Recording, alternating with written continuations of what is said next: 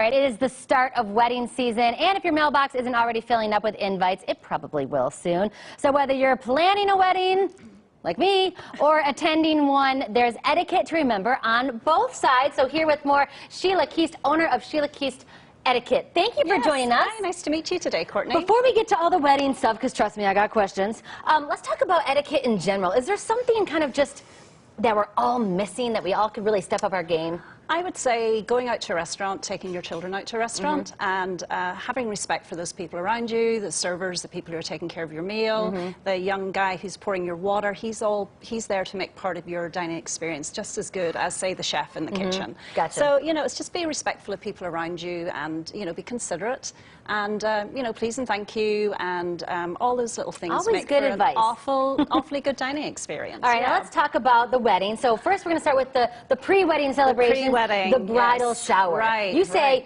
don't be cheap. Don't be cheap. I love that. What do you mean by that? I mean, don't be cheap, like turning up to the bridal shower with, you know, a $2.99 bottle of, you know, some cheap champagne and then walking in and expecting to drink the best stuff that's out there. The Veuve, yeah, because, you know, the maid of honor is probably hosting this herself or maybe with the help from the bride. And, you know, so it's good food, good wine, good drinks, and, you know, and don't overindulge either, you know. Be considerate of everybody else there. That's right. So if you want to drink the good stuff, bring the good stuff. You're going out for nibbles, not for dinner.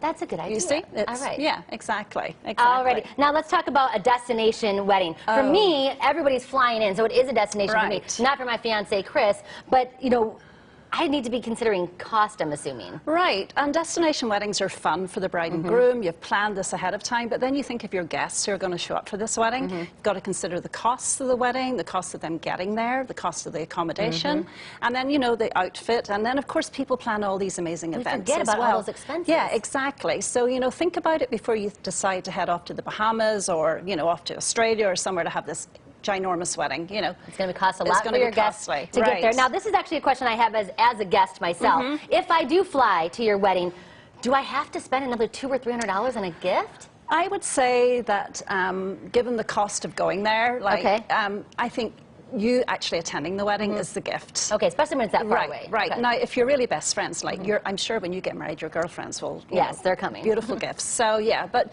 just consider that, you know, your guests have flown in maybe thousands of miles. So, you know, them being there is the gift. And that's the way I look at it. RSVP, nothing drives a bride more crazy than that, right? Right, because blocks of rooms could be booked and they need to know ahead of time, the head count, everything else. So yeah, so be considerate in that as well. Oftentimes if you can't go, I always feel bad sending that no or regrets, but you got to do it just to let her know. Real quick, do I have to give everybody a +1 at my wedding? Because my Chris and I are arguing about this right now. It all depends on who's on your guest list, because there may be some people there you want and there may be some people there you don't want. And, you know, it's entirely up to you.